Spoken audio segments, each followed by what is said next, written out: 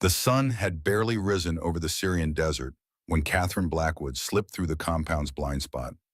Three armed guards patrolled the perimeter, unaware that America's most classified weapon was already inside. Kate moved like a shadow across the courtyard, her training rendering her nearly invisible despite standing in plain sight. The Ka-bar combat knife strapped to her thigh remained untouched. Tonight would require precision, not bloodshed. Through her ANPVS-14 night vision monocular, the world appeared in shades of green. The intelligence was solid. An American aid worker was being held in the eastern wing. Three guards, minimal electronic surveillance. A straightforward extraction. Kate paused at the corner, listening. The first guard approached AK-47, slung casually over his shoulder, cigarette dangling from his lips. When he turned to flick his ash, she moved. One hand covered his mouth while the other applied precise pressure to his carotid artery. 8 seconds of restricted blood flow, and he slumped unconscious. Kate lowered him silently to the ground, zip-tied his wrists, and moved on. The second guard never saw her. The third had time only to widen his eyes before Kate executed a textbook armbar takedown, using his own momentum against him. Not a shot fired, not an alarm raised. Inside the building, Kate found the hostage exactly where intelligence had placed him, James Wilson, 38, humanitarian worker from Colorado, bound to a metal chair, his face bruised but his eyes alert. United States military, Kate whispered, cutting his restraints. We're leaving now. Stay close. 15 minutes later, Kate transmitted from 2 miles outside the compound. Tango Victor 6, actual. This is Phoenix. Target secure. Package intact. Request extraction at Oscar Mike. Time hack 0400. The response came immediately. Phoenix, this is Tango Victor 6. Extraction confirmed. Well done. Aboard the Black Hawk helicopter, Kate removed her tactical gear while the medical team attended to Wilson. The mission was complete, but her work was just beginning. Within 12 hours, she would be back at Naval Station Norfolk, resuming her cover identity. No one there would suspect that the quiet logistics officer had just executed a high-risk extraction on foreign soil. No one except Commander William Donovan. Commander William Iron Bill Donovan stood at the window of his Pentagon office watching distant aircraft approach Reagan National. At 72, his 6-foot frame remained imposing, despite the decades since his active duty as a Navy SEAL. The Desert Storm campaign ribbon on his shadow box told only a fraction of his story.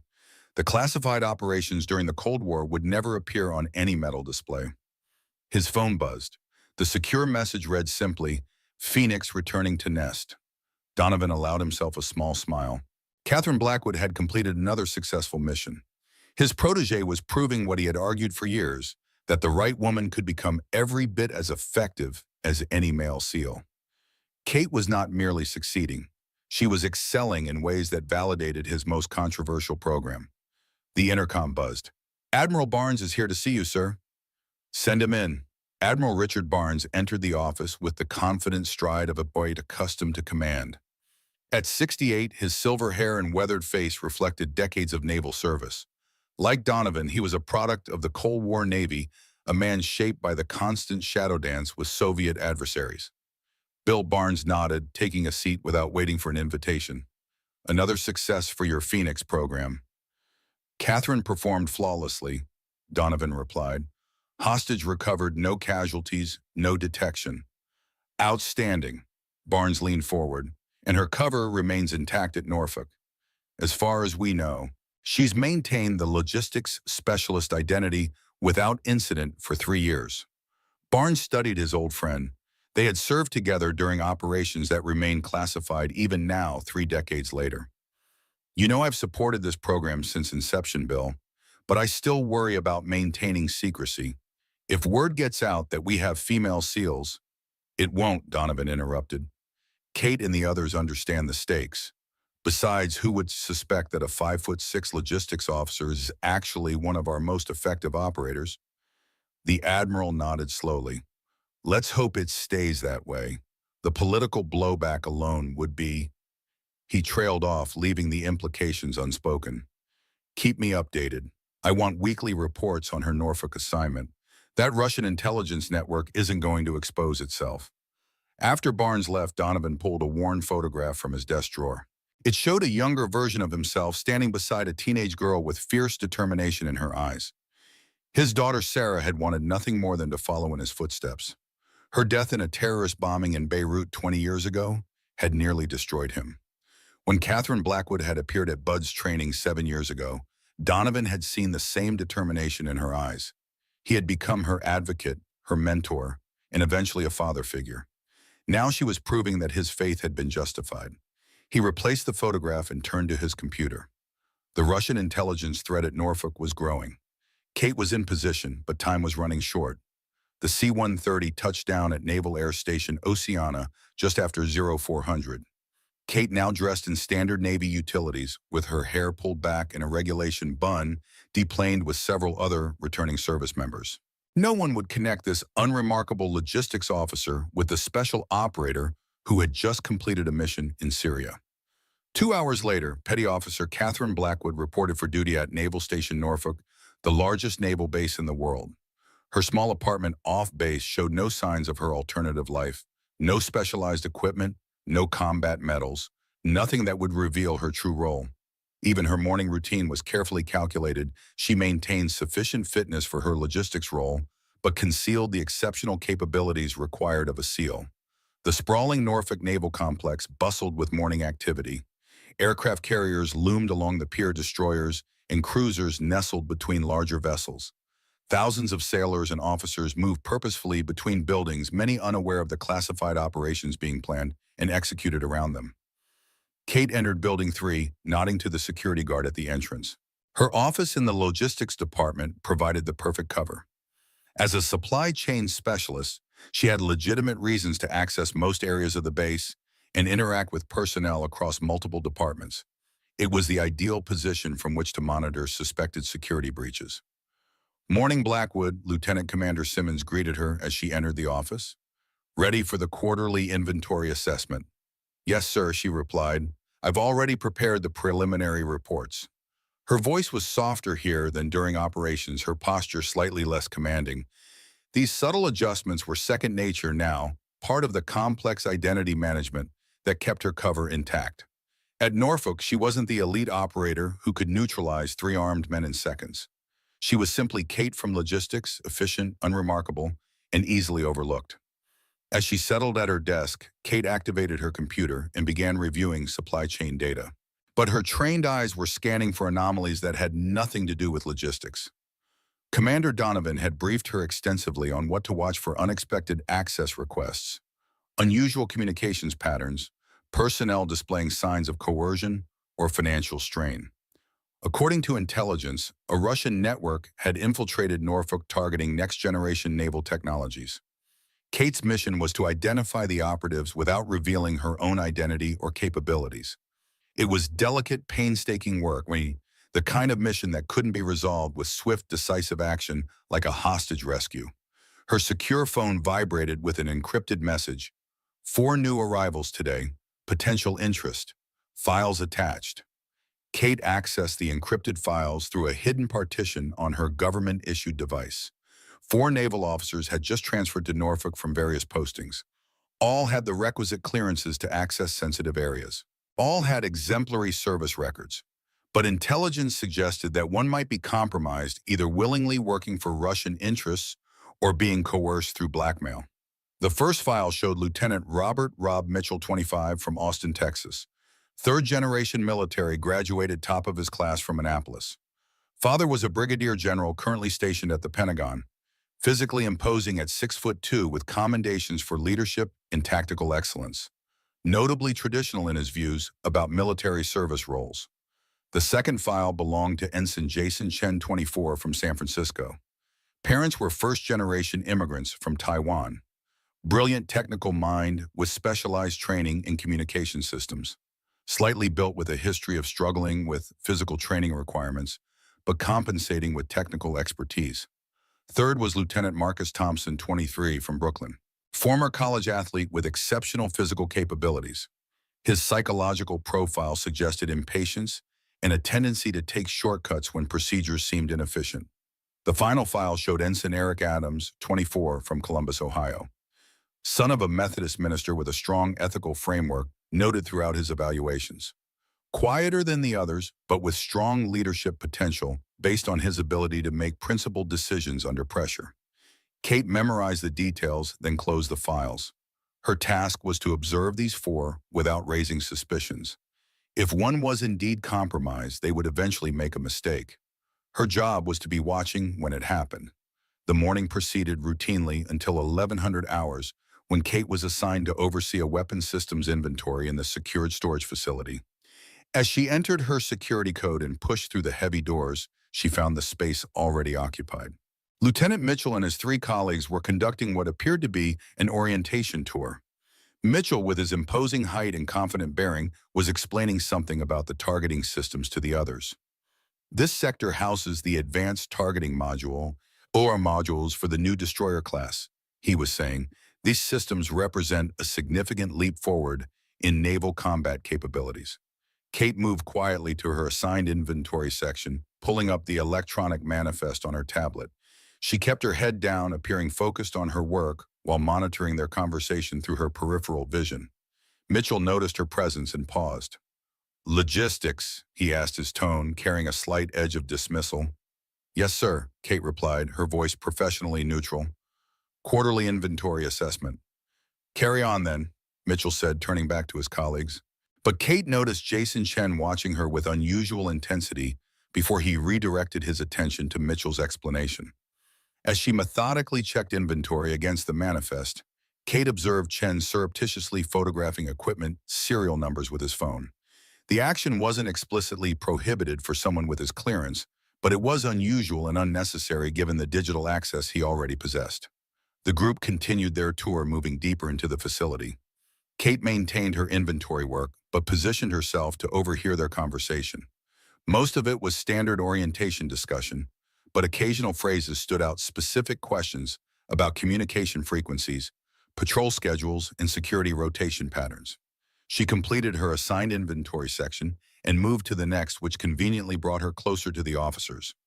Mitchell was demonstrating the security protocols for accessing the highest sensitivity equipment. "This requires dual authentication," he explained, then glanced at Kate with narrowed eyes. "We should probably discuss the rest elsewhere. Some information isn't appropriate for all ears." The implication was clear. As a logistics officer, Kate wasn't entitled to certain information. It was a common attitude among combat-oriented personnel towards support staff, particularly female support staff. In this case, it worked perfectly for her cover. "Of course, sir," she said, stepping back with appropriate deference. "I'll continue my inventory in the next section." As she moved away, she heard Mitchell's lowered voice. "Logistics personnel, they give anyone a uniform these days." The comment was followed by chuckles from Thompson and Chen, though Kate noticed Adams remained silent, looking slightly uncomfortable. Kate completed her inventory and left the facility without further interaction with the officers. Outside, she sent a coded message to Donovan. "Initial contact established. Chen showing interest in serial numbers. Mitchell displaying standard bias. Continuing observation." The response came almost immediately. "Noted. Weekly debrief moved up. 2,000 hours. Usual location." At precisely 2,000 hours, Kate entered a quiet bar 3 miles off base. The anchor room was popular with Navy personnel, its walls adorned with naval memorabilia spanning decades. She spotted Commander Donovan at a corner table nursing what appeared to be whiskey, but was almost certainly apple juice. His cover as a retired officer who enjoyed mentoring young sailors was well established. "Catherine?" He nodded as she took the seat across from him. "How was Syria?" "Straightforward," she replied quietly. "The intelligence was accurate. Minimal resistance." Donovan nodded, his weathered face revealing nothing to potential observers. "And our new arrivals?" "Chen is the most obvious suspect," Kate said. "He's documenting equipment in ways that exceed normal orientation procedures, but it feels almost too obvious." "Classic misdirection technique," Donovan agreed. "The KGB used it regularly during the Cold War. One operative draws attention while another operates undetected." He took a sip from his glass. "I once spent 6 months tracking the wrong Soviet agent in Berlin because of that exact strategy. Nearly cost us an entire network." Kate considered this. Mitchell has the access and the attitude that would make him difficult to question if discovered. Thompson seems more interested in advancing his career than anything else. Adams is harder to read. He seems uncomfortable with some of the others' behaviors. Trust none of them, Donovan advised. The best operatives are the ones you least suspect. He slid a folded napkin across the table. Kate pocketed it without looking. New intelligence, he explained. Surveillance detected communications consistent with Russian operational patterns. They're accelerating their timeline. Why the urgency? Kate asked. The new targeting systems are being deployed next month. If they're going to acquire the technical specifications, it has to happen soon. Donovan leaned forward, his voice dropping further. This isn't just about technology, Catherine. Our counterintelligence suggests this operation is being directed by an old adversary, codename Frost. Kate's expression remained neutral, but she recognized the significance. Frost was a legendary KGB operative during the Cold War, responsible for numerous penetrations of Western intelligence services. Most had assumed he had retired after the Soviet collapse. You've encountered him, she asked. Donovan's eyes took on a distant look. Baghdad, 1991. Moscow, 1985. Berlin, 1978. 3 times our paths crossed. 3 times he escaped. He refocused on Kate. If Frost is running this operation, the stakes are even higher than we thought. He doesn't involve himself in routine intelligence gathering. Kate absorbed this information, recalculating the risk assessment. I'll adjust my approach. More direct observation. Be careful, Donovan cautioned. Frost specializes in identifying undercover operatives. Your cover is strong, but he's exposed dozens of agents over his career. As they finished their meeting, Donovan placed his hand briefly over Kate's. The gesture would appear paternal to any observers. Sarah would have been about your age now, he said quietly. Kate nodded. She knew how much Donovan's daughter had meant to him, how her death had nearly broken him. Their relationship had evolved beyond handler and operative to something resembling family. I won't let you down, she promised. The following morning, Kate arrived at Norfolk earlier than usual. The base was quieter at 05:30, with fewer personnel to notice her movements. She used the time to access the physical security logs for the weapons storage facility, checking which areas Chen and the others had visited after she'd left. The logs showed they had spent an additional 47 minutes in the facility, including 12 minutes in a section containing the classified targeting system components. Everything appeared procedurally correct. They had the clearance and authorization for such access, but the timing and duration warranted additional scrutiny.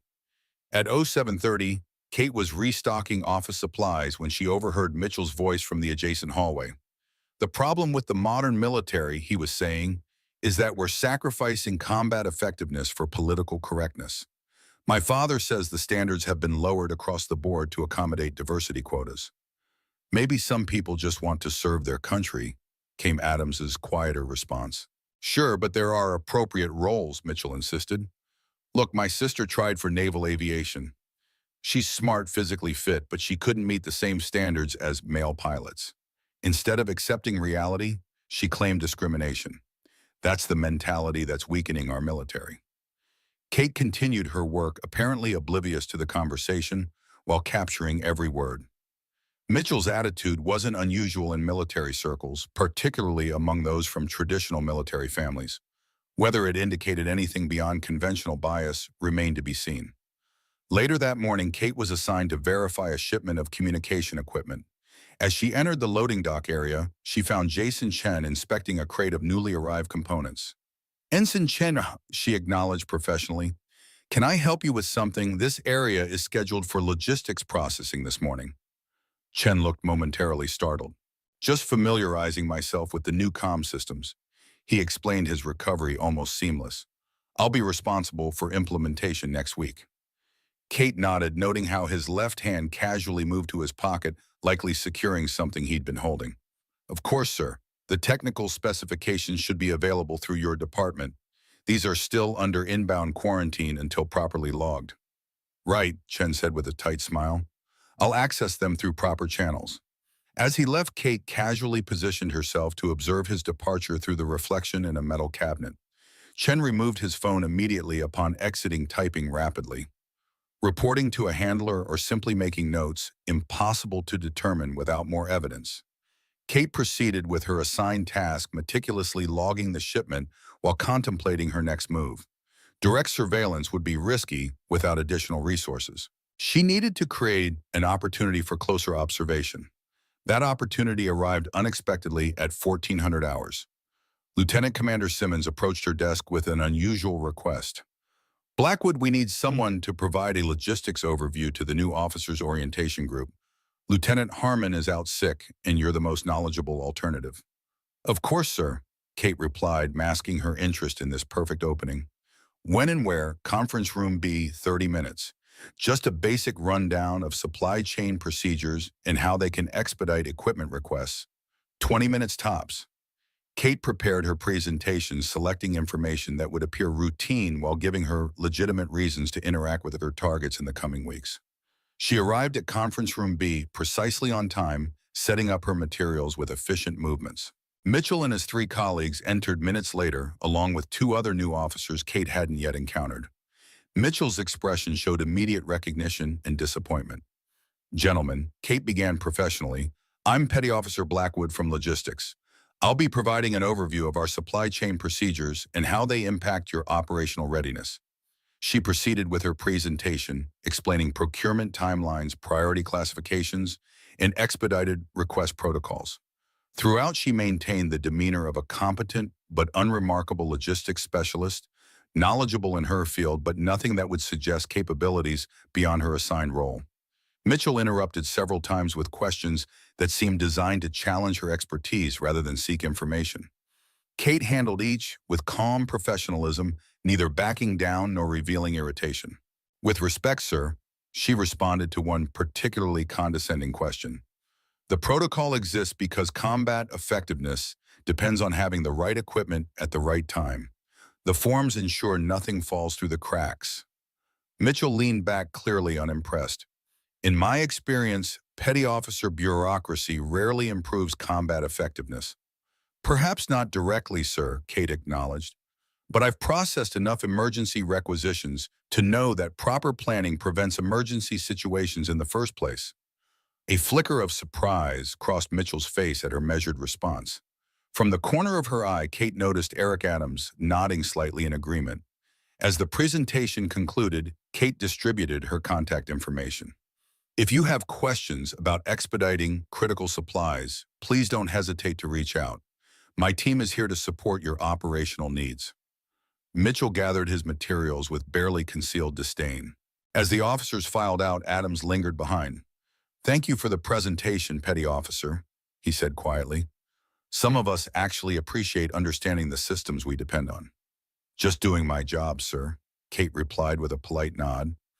Adams hesitated, then added, I apologize for Lieutenant Mitchell's tone. He can be traditional in his views. No apology necessary, sir. I've been in the Navy long enough to encounter all types. Adams nodded and left. Kate remained in the conference room organizing her materials while processing this interaction. Adams had separated himself from Mitchell's attitude, whether from genuine respect or as part of a more complex deception remained to be seen. That evening, Kate sent her daily report through secure channels detailing her observations and preliminary assessments. The response directed her to maintain her current approach while preparing for escalated monitoring. 5 days passed with Kate establishing her routine interactions with the new officers. She maintained her cover perfectly, never revealing skills or knowledge beyond her logistics role. Mitchell continued his dismissive attitude while Chen remained watchful but distant. Thompson seemed largely uninterested in logistics matters, focusing instead on operational assignments. Adams maintained professional courtesy that stood in contrast to Mitchell's behavior.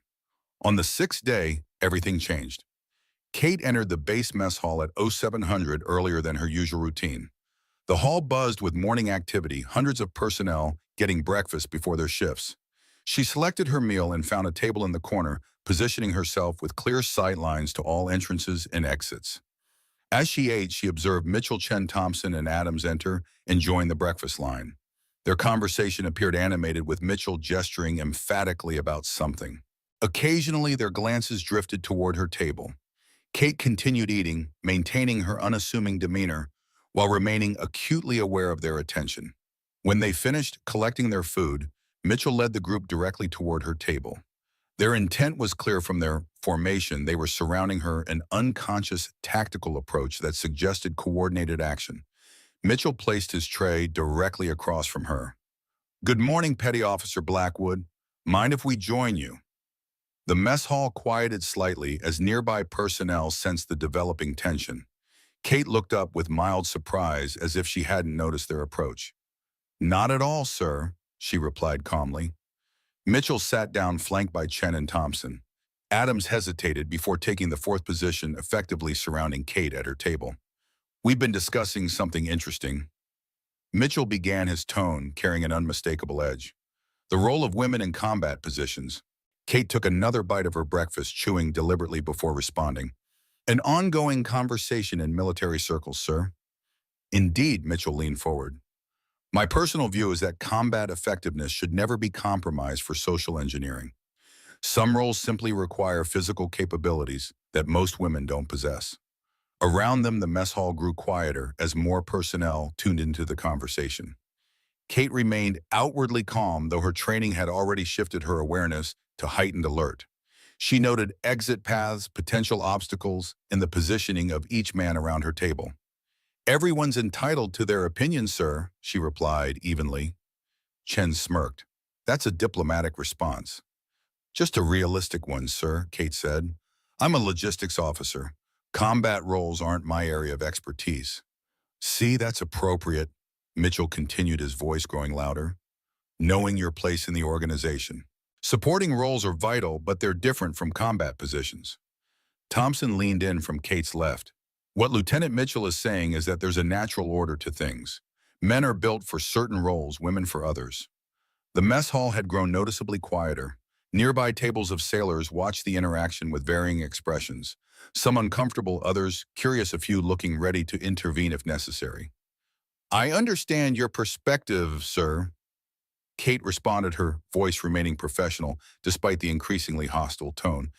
Is there something specific about logistics support I can help you with this morning? Mitchell's expression hardened. I think you're missing the point, Petty Officer. Some of us believe the standards of this institution are being compromised to accommodate political agendas. With respect, sir, Kate replied, I'm trying to enjoy my breakfast before my shift. Perhaps this discussion would be better suited to another time and place. Are we making you uncomfortable? Mitchell pressed, leaning further across the table. Because discomfort is part of military life. In combat situations, there's no room for sensitivity. Kate set down her fork and looked directly at Mitchell. Sir, I've completed my breakfast and need to report for duty. Request permission to be excused. We're not finished with this conversation, Mitchell said, his hand moving to rest on the table edge near Kate's tray. The gesture wasn't explicitly threatening, but it established physical dominance of the space. Several senior officers at nearby tables were now watching intently. The situation was escalating beyond a simple conversation into potential harassment. Kate had seconds to decide her approach, continue in her cover role as a logistics officer, who would likely retreat from this confrontation, or Mitchell's hands shifted, his fingers now touching the edge of Kate's tray. I think you need to understand the reality of chain of command, Petty Officer. When superior officers engage you in conversation, you don't simply dismiss. His hand made contact with her wrist. In that moment, 7 years of SEAL training and dozens of combat operations condensed into pure instinct. Kate's expression changed imperceptibly as her body prepared for what needed to happen next. The next 45 seconds would change everything. The moment Mitchell's fingers made contact with Kate's wrist, time seemed to slow. Years of training crystallized into pure reflex. Her mind registered multiple factors simultaneously. 4 opponents, their positions around the table, distance to exits, potential witnesses, and the exact amount of force needed enough to neutralize without causing permanent injury. Mitchell's grip tightened on her wrist. Kate's eyes met his, a flash of something dangerous passing through them that made him hesitate for a fraction of a second. That hesitation was all she needed. Kate executed a perfect joint manipulation, twisting her wrist in a way that reversed the pressure against Mitchell's thumb. The move was so swift and precise that Mitchell had no time to resist before he found himself off balance, his arm locked in an awkward position that sent shooting pain through his elbow and shoulder. What the Mitchell gasped as Kate used his compromised position to pull him forward across the table, his face now pressed against the surface. Chen reacted first, lunging from her left. Without releasing Mitchell, Kate delivered a precise strike to Chen's solar plexus, a textbook technique taught in advanced close-quarters combat. The blow wasn't powerful enough to cause internal damage, but landed with perfect accuracy on the nerve cluster, temporarily paralyzing his diaphragm. Chen's eyes widened in shock as he struggled to breathe, collapsing back into his seat. Thompson was already moving to grab her from behind. Kate sensed his approach and executed a flawless leg sweep while simultaneously releasing Mitchell and pivoting. Thompson found himself suddenly airborne before crashing onto the mess hall floor, the impact knocking the wind from his lungs. Adams, who had been the most reluctant participant, raised his hands in surrender. "Wait, stop," he began, but Kate was already in motion. She applied minimal pressure to a specific point on his neck, enough to make him freeze without causing unconsciousness. The entire sequence, from Mitchell's hand touching her wrist to all four officers being neutralized, took exactly 45 seconds. The mess hall fell into absolute silence. Hundreds of sailors and officers sat frozen in disbelief. They had just witnessed a logistics petty officer take down four larger, presumably better-trained officers with moves that clearly came from advanced special operations training. Captain James Harris, a 20-year SEAL veteran who happened to be eating breakfast 3 tables away, recognized the techniques immediately. The precise joint manipulations, the targeted nerve strikes, the economy of movement, these weren't random self-defense moves. This was how SEALs were trained to neutralize multiple opponents while minimizing permanent damage. But that was impossible. There were no female SEALs. Harris rose from his table and approached slowly, his experienced eyes assessing Kate with new understanding and growing concern. Before he could speak, the doors to the mess hall burst open. Commander Donovan strode in, flanked by 2 senior officers. "Attention on deck," someone called, and those not involved in the altercation snapped to attention. Donovan surveyed the scene quickly. Mitchell still pressed against the table, Chen gasping for breath, Thompson on the floor, and Adams frozen in place. His eyes locked with Kate's, communicating volumes in a single glance. "Petty Officer Blackwood, come with me," he ordered, his tone leaving no room for discussion. "Lieutenant Wallace, Lieutenant Commander Johnson, please escort these 4 officers to the medical facility for evaluation." Kate released Adams and stepped away from the table, her movements once again those of a standard naval petty officer rather than a highly trained operative. She followed Donovan from the mess hall without comment, aware that hundreds of eyes tracked her exit. Behind them, the whispers had already begun. As they walked briskly across the base, Donovan kept his voice low. "A sailor was filming the entire incident on his phone. It's already being uploaded to social media." Kate maintained her composure, though internally she processed the implications. "Containment options." "Limited," Donovan replied grimly. "We're implementing damage control protocols. But once something hits the internet..." He didn't need to finish the sentence. They entered a secure conference room in the administration building where Admiral Barnes was waiting, his expression grave as he ended a phone call. "It's gone viral already, Haya," he informed them. 300,000 views and climbing. Every major news network is picking it up. "How much did the video show?" Kate asked, her tactical mind immediately assessing the exposure parameters. "Everything," Barnes replied, "from the confrontation to the takedown. The camera angle was perfect, captured all 45 seconds in detail." "The Pentagon is convening an emergency session," Donovan added. "The existence of female SEALs has significant policy and security implications." Kate took a seat, her posture still perfect despite the chaos unfolding around her. "What about the ongoing investigation? The Russian network is still active." "That's now a secondary concern," Barnes said, his voice heavy with frustration. "Your cover is blown. We need to address the public revelation before anything else." The secure phone on the conference table rang. Barnes answered, listened briefly, then enabled the speakerphone. "You're on with Admiral Barnes, Commander Donovan, and Petty Officer Blackwood." "This is Secretary of Defense Marshall," came an authoritative voice. "I've reviewed the initial reports and seen the video. We have approximately 2 hours before I need to make a public statement. I need options." Donovan leaned toward the phone. "Mr. Secretary, we have 3 potential approaches. First, we could deny any special program exists and claim Petty Officer Blackwood simply has exceptional self-defense training. Second, we could acknowledge a limited pilot program without providing specifics. Third, we could use this as an opportunity to fully disclose the female SEAL program with appropriate safeguards for operational security." The Secretary was silent for a moment. "The first option isn't viable. The video clearly shows advanced combat techniques consistent with special operations training.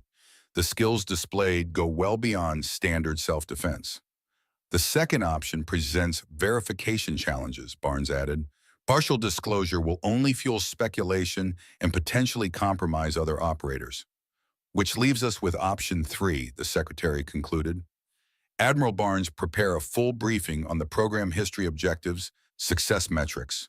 Commander Donovan draft talking points for my statement. Petty Officer Blackwood, he paused. You've served your country with distinction and shadows. Now I'm asking you to serve in the spotlight.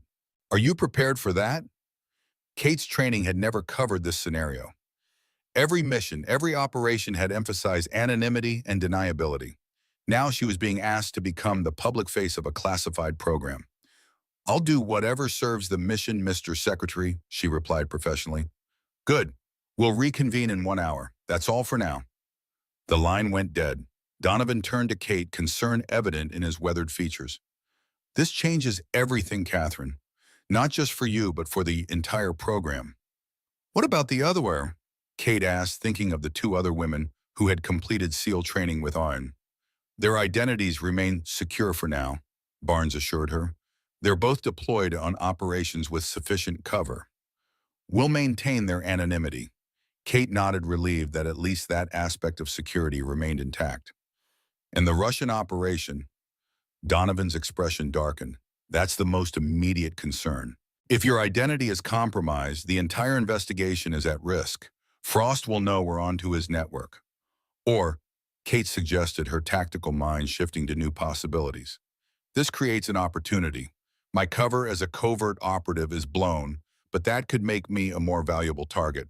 The attention might draw them out. Barnes and Donovan exchanged thoughtful glances. A classic counterintelligence reversal, Barnes noted, using public exposure as operational cover. Risky but potentially effective. We'll need to coordinate with counterintelligence, Donovan said. Develop a new approach that leverages this situation. The door opened and a communications officer entered with a tablet. Sirs, you need to see this. The video has reached 5 million views. Major networks are running it as breaking news. They gathered around the tablet watching as CNN displayed the footage with the headline, Female Navy SEAL, Petty Officer takes down 4 male officers in 45 seconds. The anchor's voice played over the footage. What you're witnessing may be the first public evidence of women serving in the Navy SEALs, long considered one of the last all-male bastions in the military. The Pentagon has yet to comment on this remarkable video showing a female petty officer using what experts identify as advanced special operations combat techniques. Barnes muted the tablet. It's moving even faster than we anticipated. We need to get ahead of this. In the medical facility across the base, Mitchell, Chen, Thompson, and Adams were being examined by Navy medical personnel. Mitchell's shoulder had sustained minor strain. Chen was still experiencing residual chest discomfort. Thompson had bruising from his fall, and Adams had recovered completely from the nerve pressure technique. I want that woman charged with assault, Mitchell demanded, wincing as the doctor manipulated his shoulder. Lieutenant, I'd advise against pursuing that course of action, the medical officer replied calmly. The video clearly shows you initiating physical contact. Furthermore, the techniques used against you are consistent with appropriate defensive response to perceived threat. Perceived threat, Mitchell scoffed. We were having a conversation. A conversation where 4 officers surrounded and intimidated a subordinate, Adams interjected quietly. Sir, with respect, we were in the wrong. Mitchell glared at Adams. Whose side are you on, Ensign? The side of truth, sir, Adams replied evenly. What happened in that mess hall wasn't right, and we all know it. Chen had remained unusually quiet since the incident, his expression thoughtful rather than angry. Those weren't standard self-defense moves, he said finally. That was special operations training. Tier 1 level. Thompson nodded in agreement, rubbing his bruised back. Nobody moves like that without years of intensive training, certainly not a logistics officer. Their conversation was interrupted as Commander Johnson entered the examination room. Gentlemen, once the medical staff clears you, you're to report to Admiral Barnes's office immediately. This incident has escalated to the highest levels. Sir, Adams ventured, may I ask what's happening with Petty Officer Blackwood? That information is above your clearance level, Ensign, Johnson replied curtly before leaving. The four officers exchanged glances, each processing the implications differently. For Mitchell, it was humiliation and anger. For Chen, intense curiosity. For Thompson, a reassessment of his assumptions. And for Adams, a growing admiration. Back in the secure conference room, Kate received a message from Donovan. She was to prepare for a press conference at the Pentagon within 4 hours. Transportation was being arranged to fly her to Washington immediately. "This isn't how I imagined my cover would be blown," Kate said, allowing a rare moment of personal reflection. Donovan placed a supportive hand on her shoulder. "You've spent years training for unexpected scenarios, Catherine. Consider this another mission, different parameters. Same objective, serve your country effectively."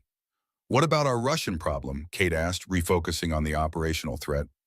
"We're developing a new approach," Barnes said. "Intelligence suggests Jason Chen may be our primary person of interest. His reaction to your takedown was notably different from the others, analytical rather than emotional." "He was studying my techniques," Kate confirmed. "Most people in that situation react with surprise or fear. He was cataloging and assessing." "We've authorized surveillance on all four officers," Donovan added. "If Chen is connected to Frost's network, his communications will likely spike after this incident." A junior officer entered with a secure tablet. "Petty Officer Blackwood, your transport to Washington is ready." "And sir," he addressed Barnes, "we've detected unusual communication patterns from Lieutenant Mitchell's quarters. Multiple encrypted messages sent within the last 30 minutes. Kate and Donovan exchanged surprised glances. "Mitchell, not Chen," Kate questioned. "Intelligence is often misdirection," Donovan reminded her. "Mitchell's obvious hostility makes him the perfect cover for operational activities. His behavior creates natural distance that prevents closer scrutiny." "Classic Frost technique," Barnes agreed. "He trained his operatives to cultivate off-putting personas during the Cold War. The most disliked person in the room rarely faces suspicion of being a spy. People avoid them too much to notice patterns." Kate processed this new information, reassessing her interactions with Mitchell. His aggressive stance toward women in combat roles, his military family background, his apparent arrogance, all could be carefully constructed cover. "We need to adjust our approach," she said, her tactical mind already developing alternatives. "If Mitchell is our target, my exposure creates both risk and opportunity." "Agreed," Donovan replied. "But first we need to handle the public disclosure. Once that's stabilized, we can refocus on the counterintelligence operation." As Kate prepared to leave for Washington, she received one final briefing from Barnes and Donovan. The Secretary of Defense would publicly acknowledge the existence of female SEALs as part of a classified pilot program. Kate would be identified as one of these pioneers, but without operational details. The other female SEALs would remain anonymous for security reasons. "Remember your training," Donovan advised as they walked toward the waiting helicopter. "Reveal nothing about ongoing operations or specific capabilities. Focus on the broader mission and values of the program." Kate nodded mentally, preparing for what would likely be the most challenging mission of her career. Not a covert operation in hostile territory, but facing the world's media as the first publicly acknowledged female Navy SEAL. The helicopter lifted off, carrying Kate toward Washington in a very different kind of battlefield. 4 hours later, Kate stood backstage at the Pentagon briefing room, dressed in her service uniform, with appropriate ribbons and insignia. Her appearance had been carefully calibrated, professional and military, neither downplaying nor overemphasizing her gender. Secretary of Defense Marshall approached, extending his hand. "Petty Officer Blackwood, the nation owes you a debt of gratitude not just for your service in operations abroad, but for handling this situation with such professionalism." "Thank you, sir," Kate replied. "I'm prepared for the briefing." "Just be authentic," the secretary advised. "The American people respect honesty and dedication to duty. Questions about classified operations or details of your training can be deferred to me." The press briefing began with the secretary making a prepared statement confirming the existence of what he termed an elite special operations assessment program that had included a small number of female candidates. He emphasized that all participants had met the same rigorous standards required of their male counterparts, with no modifications or accommodations. "Today I'm introducing Petty Officer Catherine Blackwood, who has served her country with distinction in multiple operations," the secretary announced. She represents the highest standards of our armed forces, regardless of gender. Kate stepped to the podium facing a room filled with reporters and flashing cameras. The world was watching as she prepared to speak. Good afternoon, she began, her poise steady and professional. I joined the Navy to serve my country like generations of Americans before me. When the opportunity arose to attempt SEAL qualification training, I viewed it as another way to serve to the best of my abilities. A reporter immediately raised his hand. Petty Officer Blackwood, the video shows you neutralizing 4 larger male officers in 45 seconds. How were you able to do that? The Navy provides exceptional training to those who qualify for specialized programs. Kate replied carefully. The techniques you observed are standard for certain close-quarters combat situations. Any properly trained operator, regardless of gender, can execute them effectively. Another reporter called out, were standards lowered to allow women into the SEALs? No, Kate answered firmly. The standards remained identical. The training I completed was exactly the same as for male candidates, same physical requirements, same tactical challenges, same expectations. Many candidates, both men and women, don't complete the training. Those who do have proven they meet the established operational requirements. The questions continued for nearly 40 minutes, with Kate navigating the complex terrain between transparency and operational security. She acknowledged her service without revealing classified details, emphasized capability without arrogance, and consistently redirected the focus from herself to the mission and values of the Naval Special Warfare community. As the press conference concluded, the Secretary made a final statement. Petty Officer Blackwood will be temporarily assigned to a public affairs role while we assess the broader implications of today's revelations. Thank you all for your time. Behind the scenes, a different kind of operation was unfolding. Intelligence analysts were monitoring communications to and from Norfolk Naval Station, particularly those involving Mitchell Chen and their potential contacts. The revelation of a female SEAL had created exactly the kind of disruption that might force the Russian network to make mistakes. Back at Norfolk, Admiral Barnes convened a private meeting with Mitchell, Chen, Thompson, and Adams. The atmosphere was tense as they entered his office. Gentlemen, you've all signed non-disclosure agreements as part of your security clearance. Barnes began without preamble. Today's events fall squarely under those agreements. You are not to discuss what occurred with anyone outside this room. Is that clear? Yes, sir, they responded in unison. Lieutenant Mitchell, Barnes continued, fixing the officer with a stern gaze. Your behavior in the mess hall was unbecoming an officer. Under normal circumstances, I would be considering disciplinary action. Mitchell's jaw tightened, but he remained silent. However, Barnes continued, given the sensitive nature of the situation, we're handling this internally. Consider this your only warning. Sir, Mitchell finally spoke, his voice controlled. I want to formally apologize for my conduct. I allowed personal biases to affect my professional behavior. Barnes studied him carefully, noting the perfectly appropriate response that somehow lacked genuine contrition. Apology noted, Lieutenant.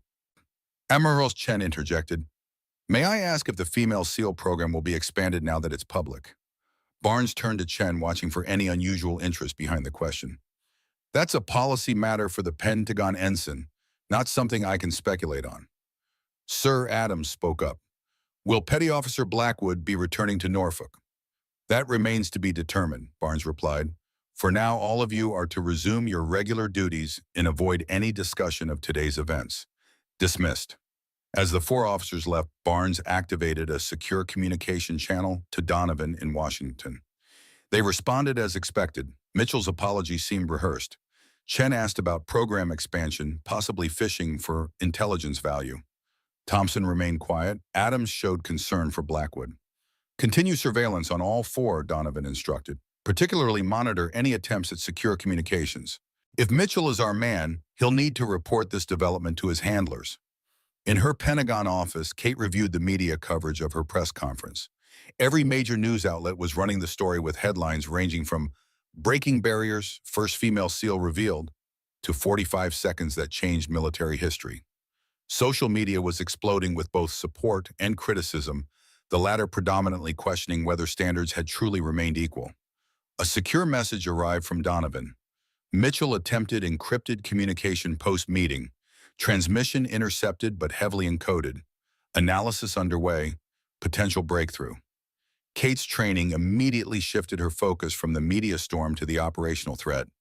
If Mitchell was indeed Frost's agent, the exposure of a female SEAL program would represent significant intelligence value, not just for the capabilities it revealed, but for the political and strategic implications. She drafted a response. Recommend accelerated counterintelligence operation. My public exposure creates opportunity for controlled information flow. The reply came within minutes. Agreed, new operational parameters being developed. Secretary approves transition from defensive to offensive posture. Stand by for brief.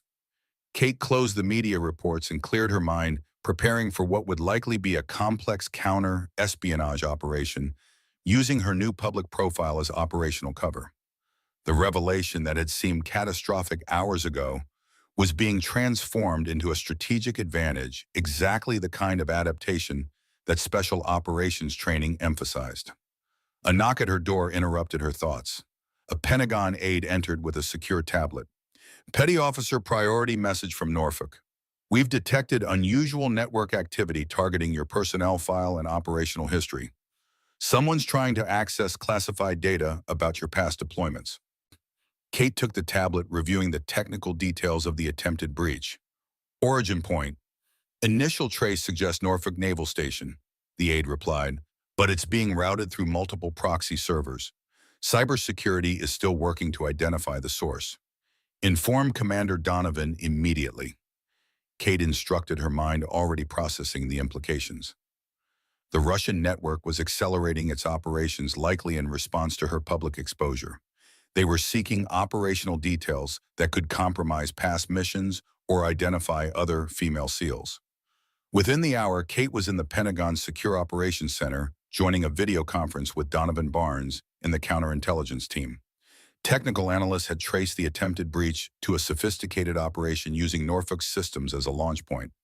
The attack signature matches known Russian military intelligence methodologies, the lead analyst explained. They're specifically targeting mission data from Operation Kingfisher 3 years ago. Kate immediately recognized the significance. Operation Kingfisher had involved all 3 female SEALs in a complex extraction mission in Eastern Europe. If that data were compromised, it could potentially expose the identities of the other operators. We need to move to active countermeasures, Donovan stated firmly. The defensive approach is no longer sufficient. Agreed, Barnes nodded. What's the recommendation? The counterintelligence director spoke up. We propose a honeypot operation.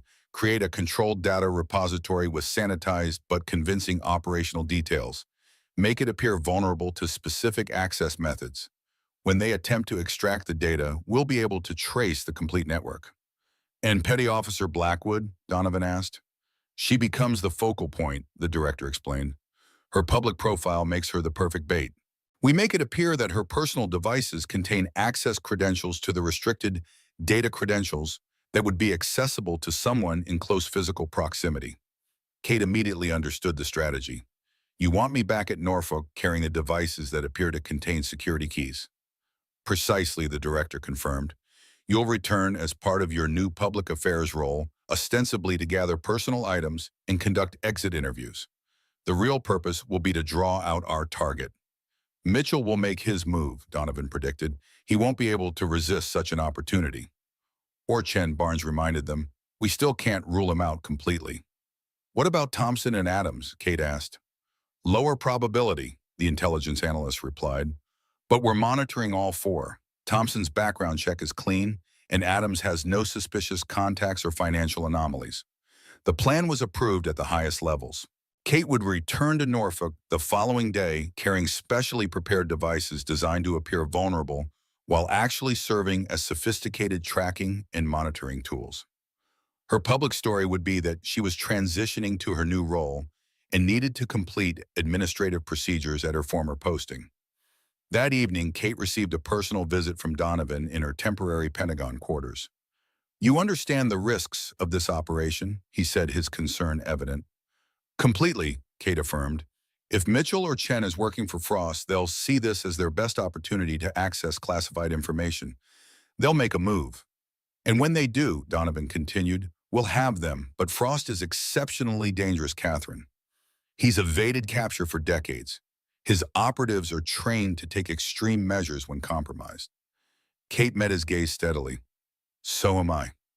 Donovan nodded, then retrieved a small box from his pocket. This belonged to Sarah, he said quietly, opening it to reveal a simple silver pendant. She wore it on every training and exercise, said it brought her focus. I'd like you to have it. Kate recognized the significance of the gesture.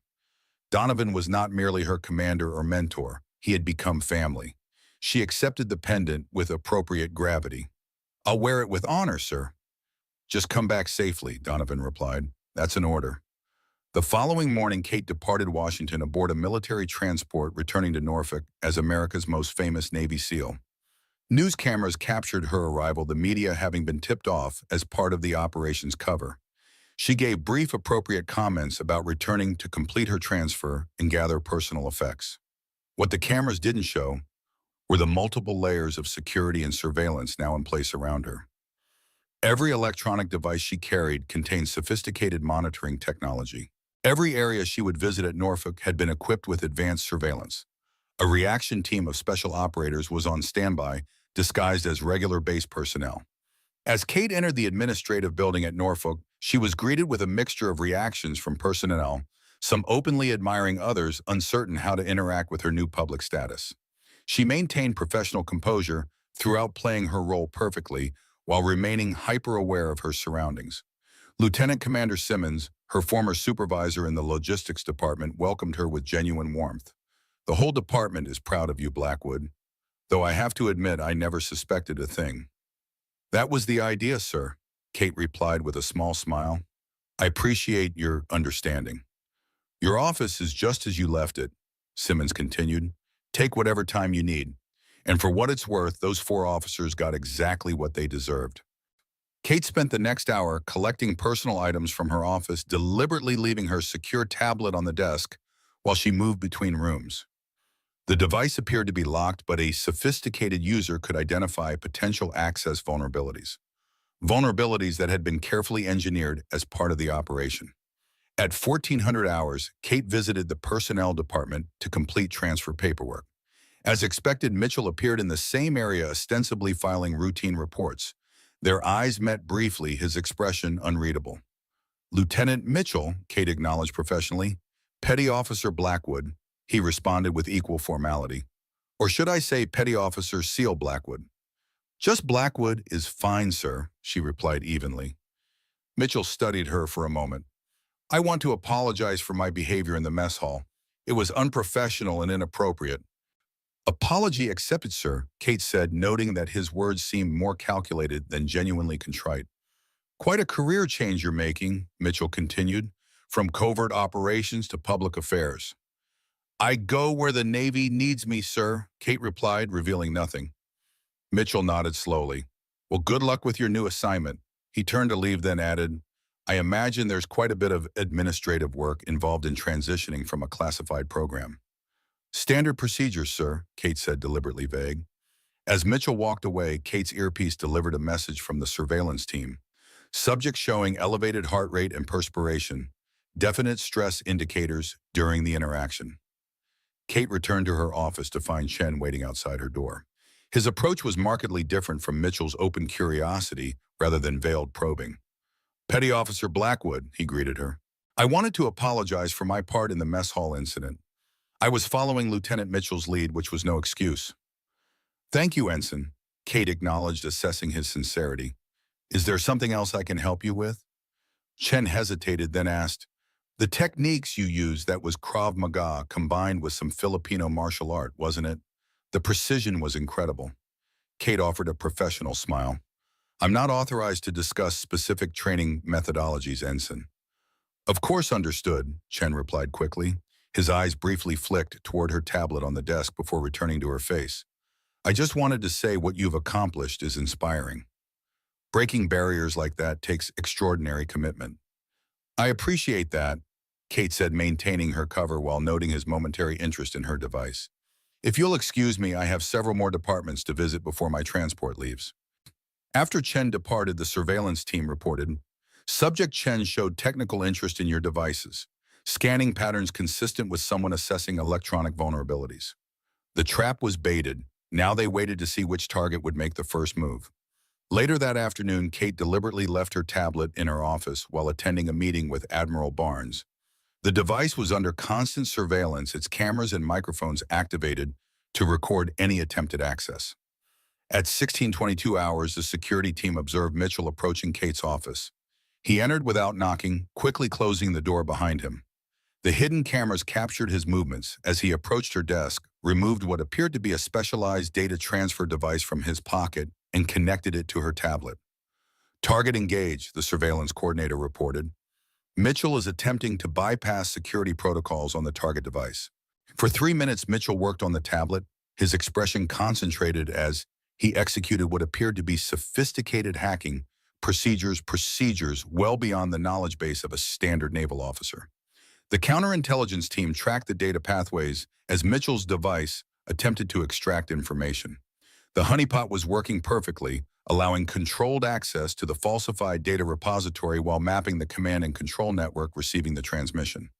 "We're getting connection patterns," the cyber team reported, tracing back through multiple relays.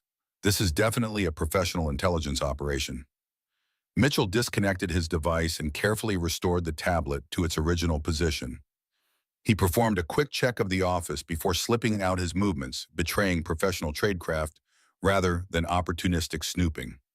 "Do we take him now?" the tactical team leader asked over the secure channel. "Negative," came Donovan's voice. "Let him transmit the data. We need to trace the complete network."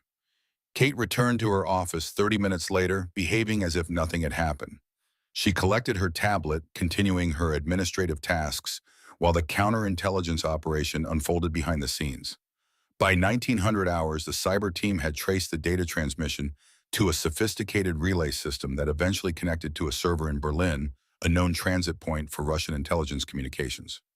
Mitchell had transmitted the honeypot data, which contained carefully crafted misinformation about the female SEAL program, along with tracking markers that would help identify anyone who accessed it. Kate received her final briefing from Admiral Barnes before departing Norfolk. "The operation is proceeding as planned. Mitchell took the bait and we're tracking the data flow. Return to Washington as scheduled. We'll handle the next phase here." "Sir," Kate questioned, "what about the actual operational threat? The targeting systems are still vulnerable." Barnes nodded approvingly. "Always focused on the mission Blackwood. We've implemented enhanced security protocols for the targeting systems based on your initial intelligence. The immediate threat has been contained." As Kate prepared to board her transport back to Washington, her secure phone vibrated with an unexpected message. "Your room has been compromised. Do not return to quarters. Proceed directly to extraction point. Frost knows." The message was authenticated with Donovan's emergency code. Something had gone wrong. The carefully orchestrated counterintelligence operation had triggered a response they hadn't anticipated. Instead of boarding her scheduled transport, Kate followed her emergency protocols, moving quickly but calmly toward the alternative extraction point designated in her briefing. As she rounded the corner of the hangar, she spotted Adams waiting near the secondary transport aircraft. "Petty Officer Blackwood," he called out, approaching her. "I wanted to catch you before you left." Kate's training immediately heightened her awareness. Adams's presence at the extraction point was not part of the plan. She maintained her cover while subtly shifting to a defensive posture. "Ensign Adams," she acknowledged. "What can I do for you?" "I wanted to warn you," Adams said urgently, his voice low. "Mitchell isn't working alone. There's someone else, someone higher ranking involved in whatever he's doing."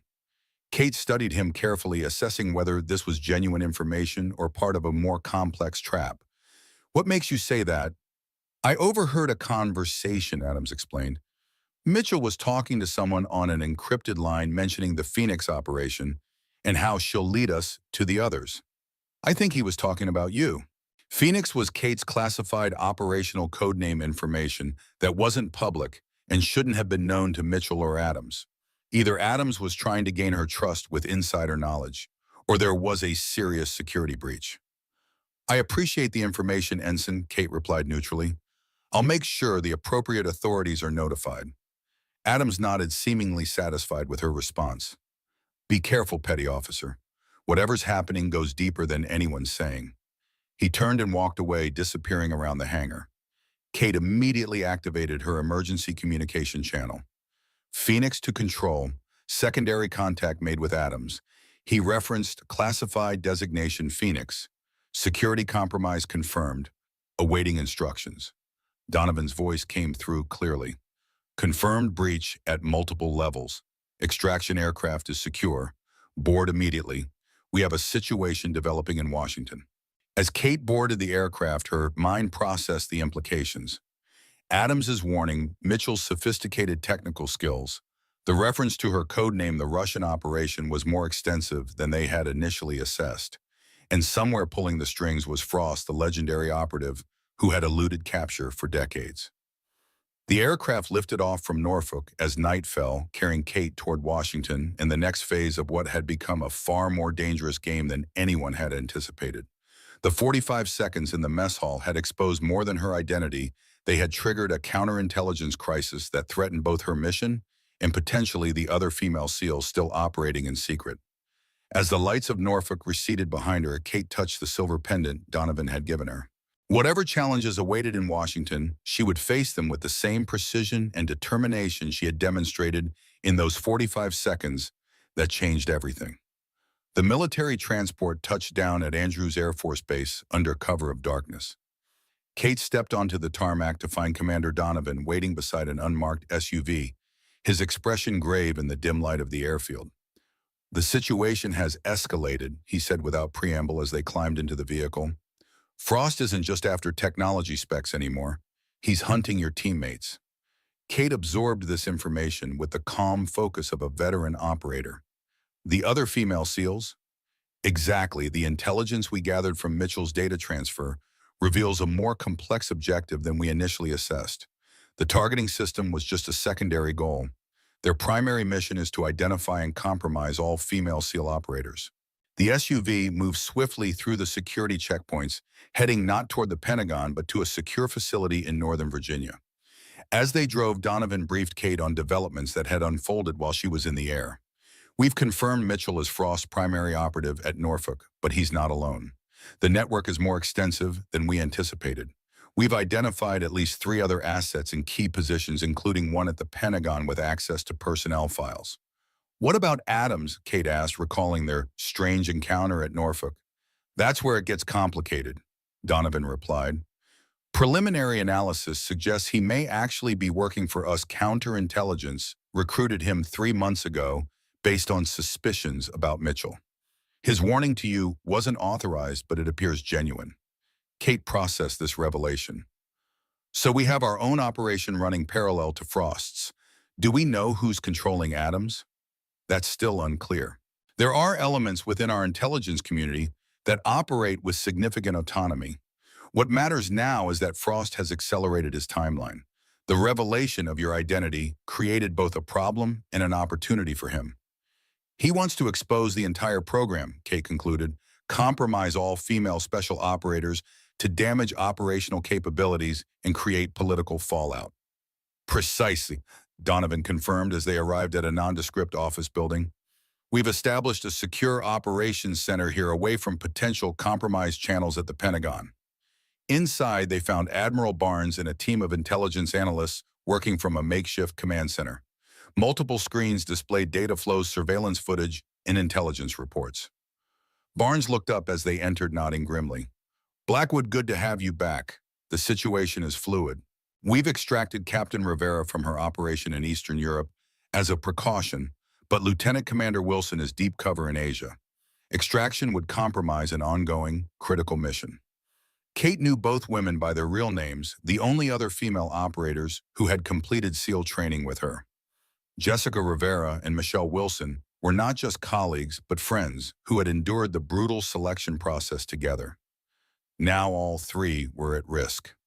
"What's our approach?" Kate asked immediately, focusing on the operational challenge rather than the personal implications. "Counteroffensive," Barnes replied, gesturing toward the central display. "Mitchell believes he's successfully extracted valuable intelligence from your tablet. The tracking markers in that data are now providing us unprecedented insight into Frost's network. But we've also fed him specific misinformation that will draw attention away from Wilson's operation while we neutralize the immediate threat. A senior intelligence analyst stepped forward. We've identified a pattern in the communication network. All intelligence is being funneled to a single collection point, a hotel in Georgetown, where we believe Frost himself is coordinating the operation. After 30 years, we might finally have him, Donovan said, a hint of personal vindication in his voice. If it's really him, Kate cautioned, Frost has a reputation for creating elaborate misdirections, which is why we need absolute confirmation before we move, Barnes agreed. That's where you come in, Blackwood. The plan they outlined was audacious but logical. Kate would appear to be cooperating with a damage control strategy, making a series of carefully orchestrated public appearances that would serve as cover for surveillance operations. Each appearance would be designed to flush out Frost's operatives while gradually tightening the net around the Georgetown location. The media attention on you is actually our greatest asset now, the public affairs officer explained. We'll use it to dictate where Frost's people must position themselves if they want to maintain surveillance on you. Meanwhile, Donovan continued, we'll be running a parallel operation to extract the remaining intelligence assets from Norfolk. Mitchell doesn't know we're onto him yet. We need to keep it that way until we're ready to roll up the entire network. Kate studied the operational timeline on the main screen. When do we move on the Georgetown location? 48 hours, Barnes replied. We need to confirm Frost's presence and ensure we've identified all key members of his network before striking. The first phase of the operation began the following morning. Kate made an appearance at the Naval Academy in Annapolis, ostensibly to speak to female midshipmen about leadership opportunities. The carefully choreographed event received extensive media coverage, with security teams monitoring all attendees and surrounding areas for surveillance activity. As expected, they identified 2 Russian operatives posing as journalists, their movements and communications patterns matching known intelligence tradecraft. Rather than apprehending them immediately, the counterintelligence team tracked them back to a safe house in Baltimore, adding another piece to the puzzle of Frost's network. Throughout the day, Kate maintained her public persona perfectly professional, modest about her achievements, focused on service rather than personal recognition. Behind this calm exterior, her mind constantly processed the operational dynamics unfolding around her, identifying potential threats and evaluating each interaction for intelligence value. During a brief private moment between events, Donovan updated her on developments at Norfolk. Mitchell accessed another secure server this morning.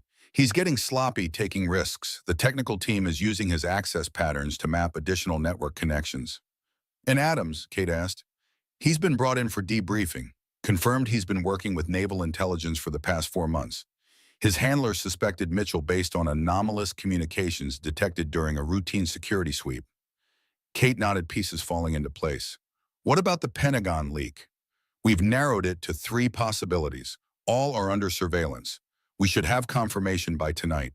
The second phase of the operation commenced that evening with Kate's appearance on a primetime television interview.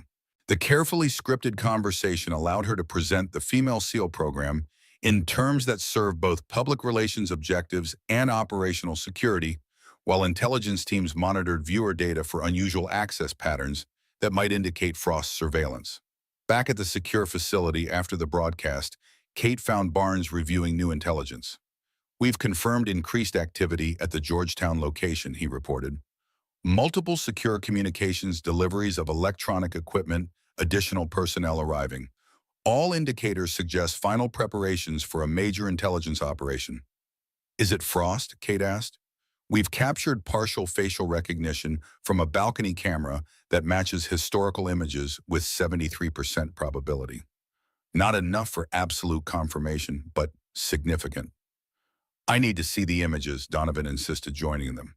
When the analyst displayed the grainy surveillance photos, Donovan studied them intently. The posture is right, he said finally. The way he stands with his weight balance, that's Frost.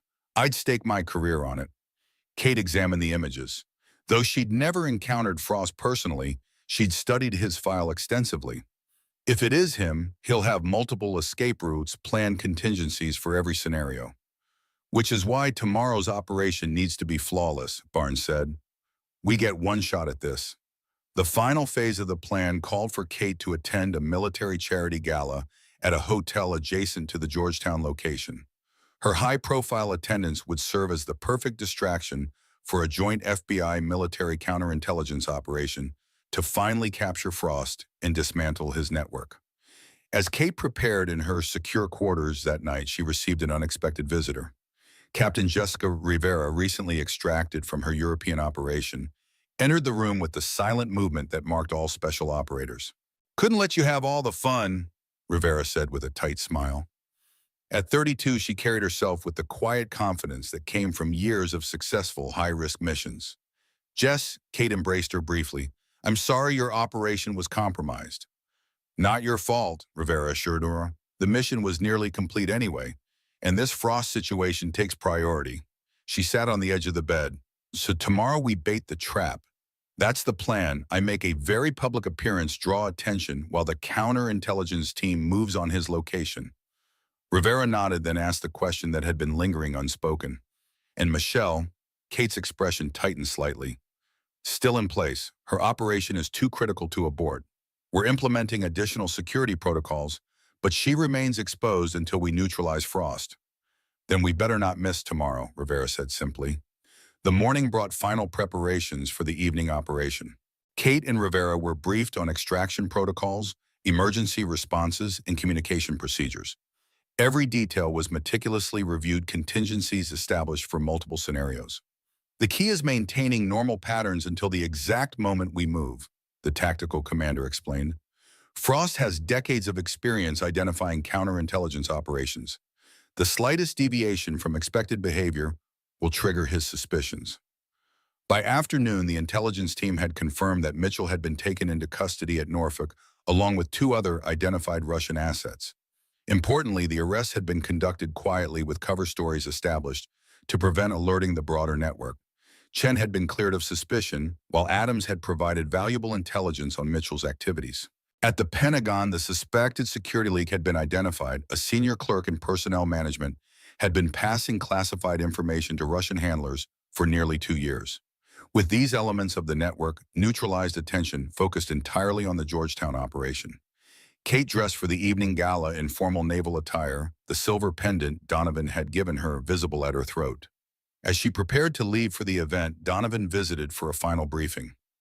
"30 years I've been chasing Frost," he said quietly. "From Berlin to Baghdad, always one step behind. Tonight, that changes." Kate recognized the personal significance this mission held for Donovan. "We'll get him, sir." Donovan nodded, then added, "Your primary responsibility remains your own safety.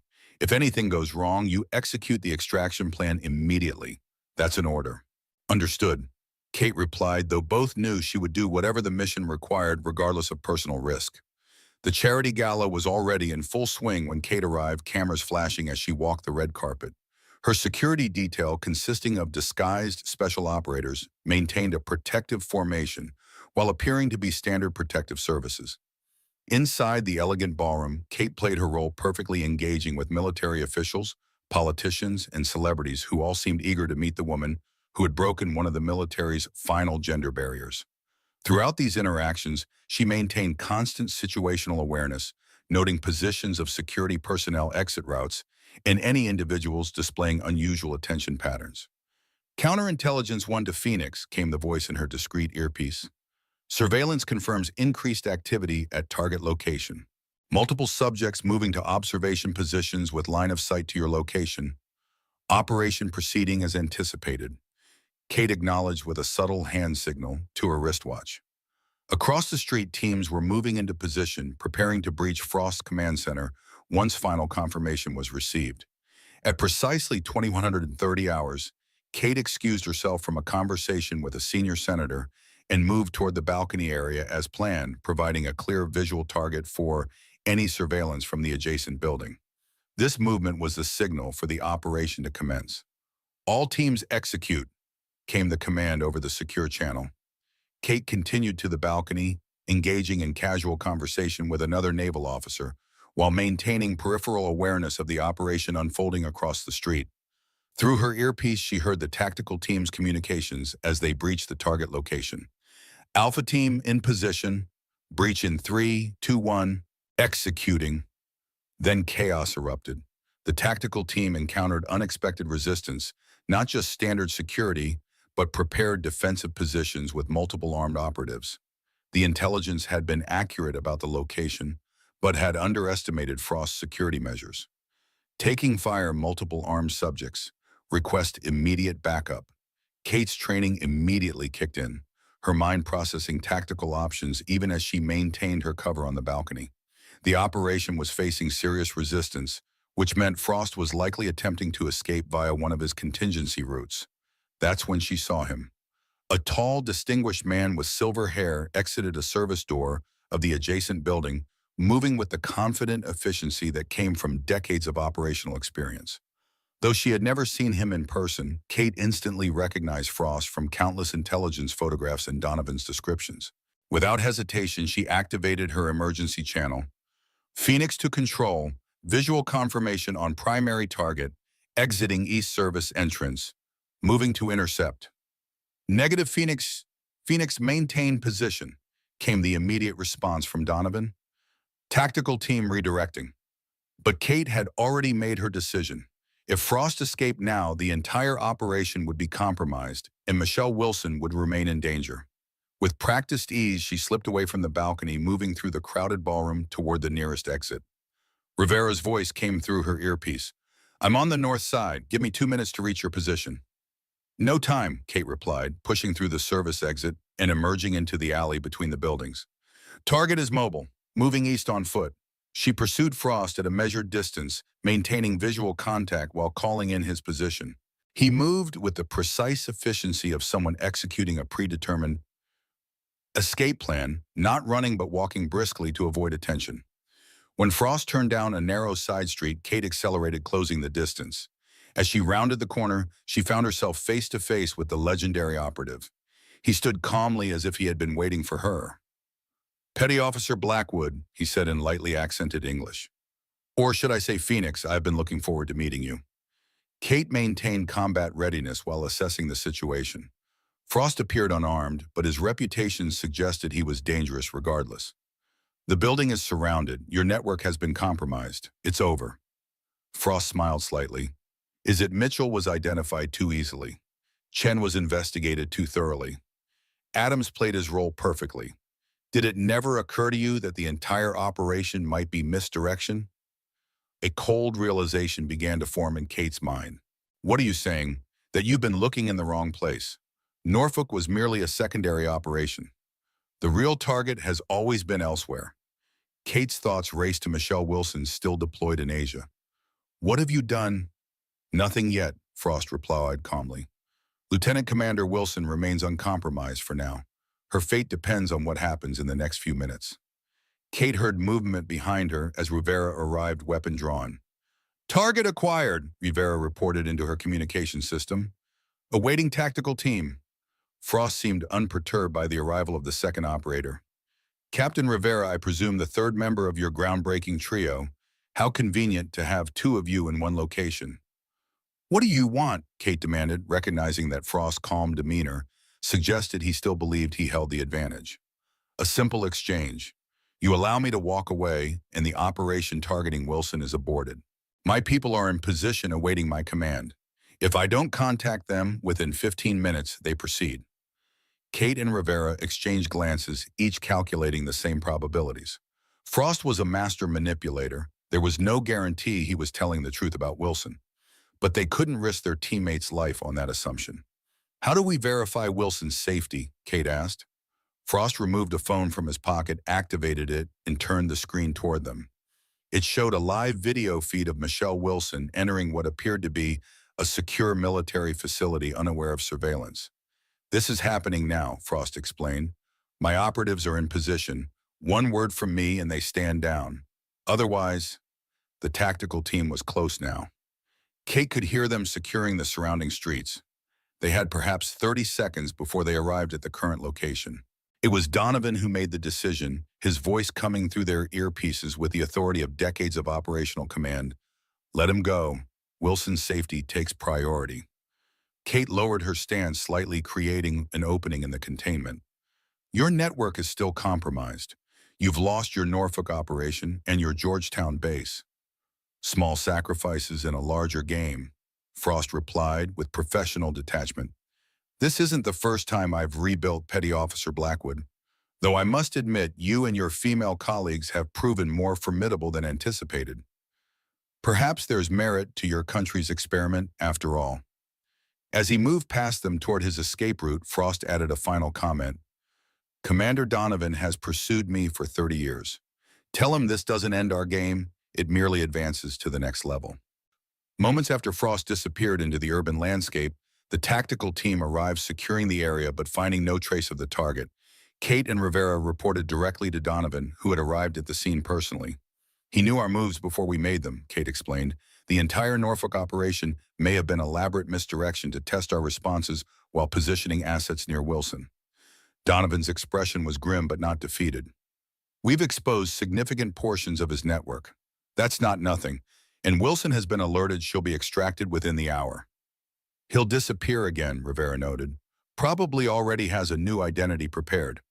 Yes, Donovan agreed, but now he knows what we're capable of. And for the first time in 30 years, we forced him to abandon an operation. That's progress. The aftermath of the operation unfolded rapidly over the next 72 hours. Michelle Wilson was successfully extracted from her Asian assignment, bringing all 3 female SEALs to secure locations. The Norfolk network was completely dismantled, with Mitchell and his associates facing espionage charges. The Pentagon's security breach was contained with comprehensive countermeasures implemented to prevent similar vulnerabilities. 6 days after the Georgetown operation, Kate found herself in a secure briefing room at the Pentagon with Rivera, Wilson, Donovan, and Admiral Barnes. The mood was mixed acknowledgement of partial success combined with recognition of Frost's escape. The Secretary of Defense has made a decision regarding the future of the female SEAL program, Barnes announced. Given recent events and the demonstrated effectiveness of all 3 of you, the program will not only continue but expand, with appropriate security protocols, Donovan added. Your identities are now known, but future female operators will maintain the same covert status as their male counterparts in sensitive operations. And our current assignments, Wilson asked. At 34, she was the oldest of the 3 and had been the first to attempt SEAL qualification. That's why we're here, Barnes replied, distributing folders to each of them. We're establishing a new specialized unit under Commander Donovan's leadership. Its primary mission will be counterintelligence operations targeting high-value threats like Frost's network. Kate opened her folder, reviewing the operational parameters of the new unit. It would combine intelligence gathering with direct action capabilities, leveraging the unique skills all 3 women had demonstrated. You want us to hunt Frost, Rivera stated simply. Among other objectives, Barnes confirmed, your public exposure creates limitations for certain operations, but provides unique advantages for others. No one will question your presence at diplomatic functions, military installations, or public events, the perfect cover for counterintelligence work. Donovan addressed Kate directly. Those 45 seconds in the mess hall changed everything, but not in the way anyone anticipated. You've proven that the most effective operators aren't defined by gender, but by skill, judgment, and adaptability. What about Mitchell and the others? Kate asked. Cooperating in exchange for sentencing considerations, Barnes replied. The intelligence they're providing is helping us map additional elements of Frost's infrastructure. Chen has been fully cleared and has actually requested to join the counterintelligence division. Adams has been recommended for advanced training based on his performance during the operation. The briefing continued with detailed operational planning for the new unit, but Kate found herself reflecting on the journey that had brought her to this point. From the grueling SEAL training to covert operations around the world, from maintaining her cover identity to becoming the public face of a classified program, each step had prepared her for this new challenge. As the meeting concluded, Donovan asked Kate to remain behind. When they were alone, he spoke with unusual emotion.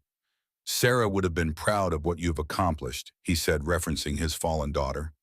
Not just the operational success, but how you've handled everything, the public scrutiny, the political complications, the personal challenges. I couldn't have done it without your guidance, Kate replied sincerely. Donovan shook his head slightly. You had the capability all along. All I did was create the opportunity. He paused, then continued. Frost was right about one thing: this isn't over. It's advanced to the next level. He'll resurface eventually. And we'll be ready, Kate assured him. 3 months later, Kate stood before a class of midshipmen at the Naval Academy, conducting a lecture on adaptive leadership in changing operational environments. The class included a significant number of female students, many of whom had been inspired by her story to pursue more challenging career paths. The most important lesson from my experience isn't about combat techniques or operational planning, she told them. It's about adaptation. When my cover was blown in that mess hall, everything changed in 45 seconds. My entire operational framework collapsed, and I had to immediately adjust to a new reality. A young female midshipman raised her hand. Ma'am, how did you handle the transition from operating in secret to being in the public eye? By remembering the mission fundamentals, Kate replied. The methods changed, the profile changed, but the core objective remained the same: serve effectively and protect our operational capabilities. After the lecture, Kate met briefly with Rivera and Wilson, who had been conducting similar engagements at other military institutions. Together, they had become symbols of a changing military culture, not through political advocacy, but through demonstrated excellence. Any word on our primary target? Wilson asked quietly as they walked across the academy grounds. Nothing concrete, Kate replied, but intelligence suggests activity in Eastern Europe. We deploy next week for diplomatic observations. Rivera smiled slightly. Back to the real work. It never stopped, Kate noted, just changed form. That evening, Kate returned to her quarters and found a small package waiting for her. Inside was a chess piece, a black knight with no note. She immediately recognized the significance. Frost was signaling that their contest continued, the next move awaiting. Without hesitation, Kate secured the item for intelligence analysis and activated her emergency protocols. The game had indeed advanced to the next level, but this time she wasn't playing from the shadows. This time she had stepped into the light, transforming what seemed to be a catastrophic exposure into a strategic advantage. Those 45 seconds in a Norfolk mess hall had changed not just her career, but potentially the future of special operations. As she prepared for the coming confrontation with Frost, Kate touched the silver pendant at her throat, a reminder of legacy, sacrifice, and the continuing mission. The next chapter was just beginning.